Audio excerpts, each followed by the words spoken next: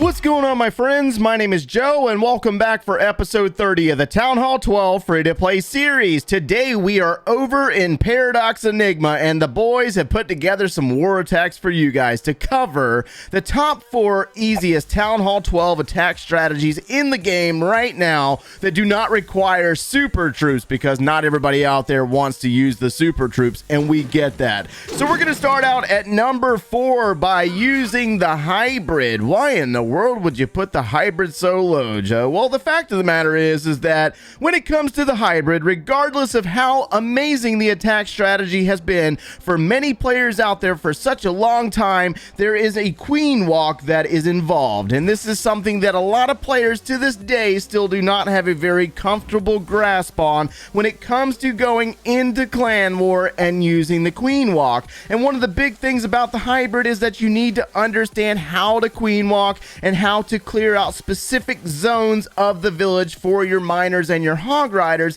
And one of the big points of using the queen walk is to clear out the enemy clan castle troops, so you have to understand how to keep her alive throughout all these engagements. I mean, you're going to see that Spikeman has gone up against a couple of Inferno towers, although that is a baby level 1 Inferno tower, but regardless, he is successful with the elimination of the balloon and the Electro Dragon.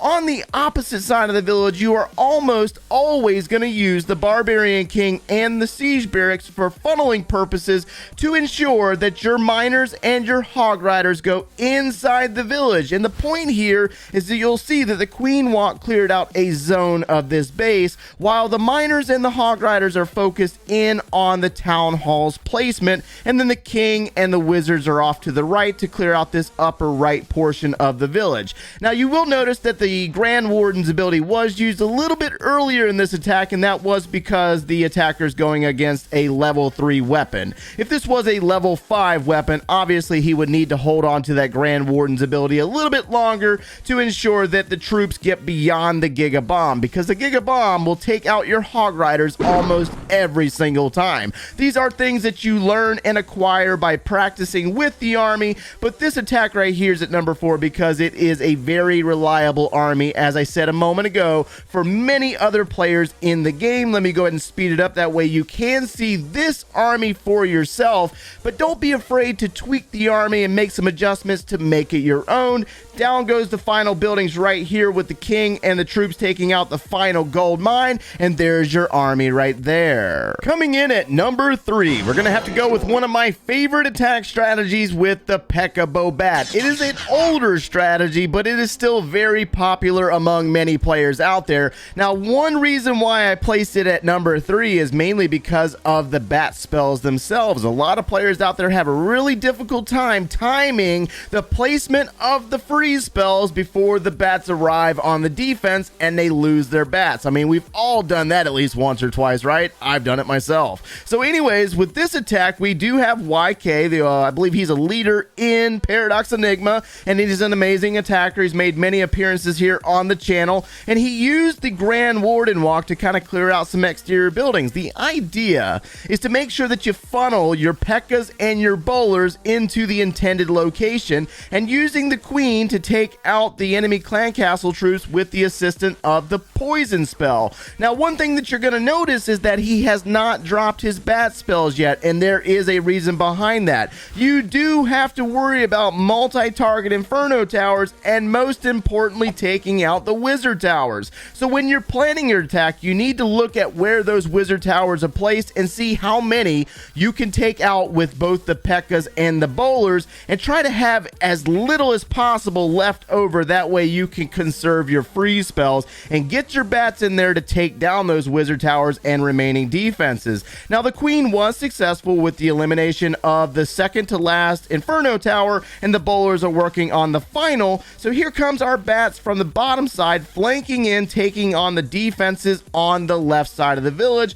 And you're also going to notice that there is an ice golem placed on the upper left side of the village to freeze this wizard tower here. That way the bats have time to work on the remaining defenses. He will use a freeze spell to finish up that final wizard tower, and that's pretty much a wash right there. Once the defenses are gone, that's pretty much it. Now, one thing that you do have to worry yourself about when it comes to use of bats bats is that bats cannot take down a Town Hall 12. They will struggle no matter how many times you freeze that Town Hall. So you need to make sure that you use your Pekkas, your Queen, your bowlers to eliminate the Town Hall, and do not save it for the bats because the bats will fail just about every single time. Coming in at number 2, we're going to reflect back on an army that we showed you in yesterday's episode, the Zap Quake Witch. I know, those pesky witches, right? But one of the things about witches is that players like to use witches because they are a little bit easier to use than other armies. And this has been a very reliable strategy for a lot of players at both Town Hall 11 and Town Hall 12 for quite some time now. And this is really just an easy army to apply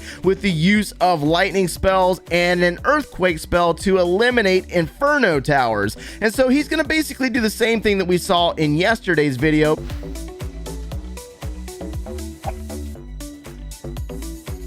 He has lower level heroes going against a lower level Town Hall 12. So this might be very relatable to some players out there. Now, a lot of your more strategic players out there do not use armies like this. So armies like this are more relatable to the players that don't like to spend a lot of time planning their attacks. I get it, guys. Not everybody wants to spend hours in the game planning a war attack every single day. And this is just a reliable army that you can use to get a solid 3-star for your clan, but you have to make sure that you use your lightning spells and those earthquake spells wisely, because all you have left in the spell department after the use or the expenditure of those spells are the poison spell for the clan castle and the rage spell that is normally used to take down the town hall. In this situation, we do have the wall wrecker. In yesterday's video, we saw a lot of log launcher action, so you can see and reflect between the two videos if this is the army for you. Now you're going to notice that inside this wall wrecker we got a completely different clan castle composition. We have the ice golem and the Pekka instead of the Yeti, ice golem, and giant. So you'll see that it's still just very much effective, although I must state that the Pekka and the ice golem combination is kind of old. It's a very old strategy. It was a very popular one in like 2019. I know I'm showing my age now at this point, but anyways, that's going to be the end of that attack. This is a different variation of the army that we showed you yesterday. Let's get into our number 1 strategy. Coming in at number 1, we have the Zap Quake Dragon, and there's a reason behind this selection. Dragons are just easier to apply for a lot of players out there, and they just enjoy using dragons because lightning spells plus dragons just equals not a lot of thought process, and I don't blame you for that. Plus, there's a lot of defensive bases out there that do not cover down on dragons very well. This has led to the success and use of the dragons. Here's an example of this right here.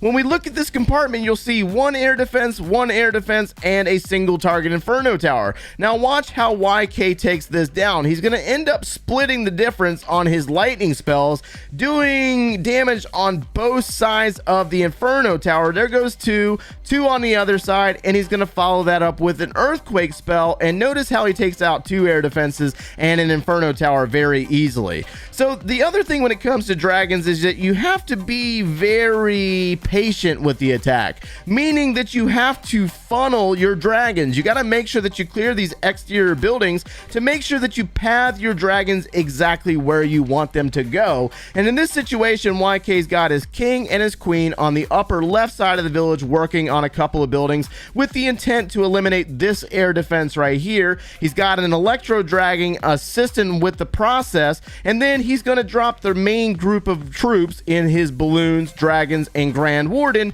and their intent is to move up into the Eagle Artillery. They're just going to have to battle it out versus this air sweeper a little bit, but you're going to notice how everything stays together because he did clear out that compartment right there, and they're going to work their way all the way towards the town hall. Now in this attack, there's actually something really funny that happens with the battle blimp on the right side and the balloons that come out and they find a tornado trap.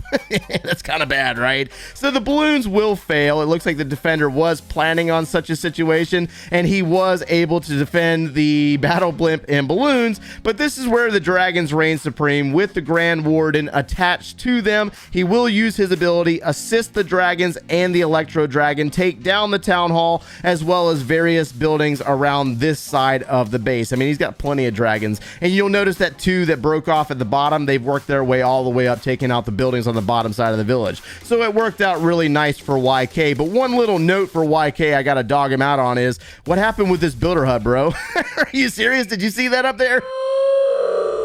That could cause you to have a little bit of a time fail, but regardless, we're going to go ahead and speed this one up. That way you can see the army for yourself. And you got to keep in mind, if you made it to this part of the video, is that this was the top 4 easiest armies for Town Hall 12. One more thing that I almost forgot. If you like to watch Clash of Clans in short clip format, be sure to check me out on Amazon Game On, and the application's really cool. You can share your own gameplay with your friends, and you don't have to worry about being some great editor or something here on YouTube. Now, I want to finish out the video by explaining why I did not include the LavaLoon armies, any variations of the LavaLoon whatsoever, because I know for a fact there's going to be at least 5 or 6 or more comments of, where's the LavaLoon, Joe? Well, the fact of the matter is that I really have a hard time labeling LavaLoon as easy, because it is not easy. It does require a lot of practice. We have a lot of clanmates in all of the clans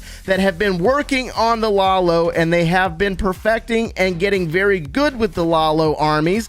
But again, it does require a lot of practice, a lot of planning, and a lot of understanding of how the army works, or you will time fail. It is one of the worst time fail armies in the game, regardless of how amazing it might look from the pro players. So that's why I did not include it in this video, but that does not mean that we will not cover it in the future. So hopefully you were able to get something out of today's video. And if you enjoyed today's content, make sure to leave a like on the video, subscribe if you have not done so already, and if you like watching us quite regularly, turn on those notifications. And if you need any additional video support, or you would like to see the very beginning of this series right here, click one of those links over there, and we will see you in the next one, guys.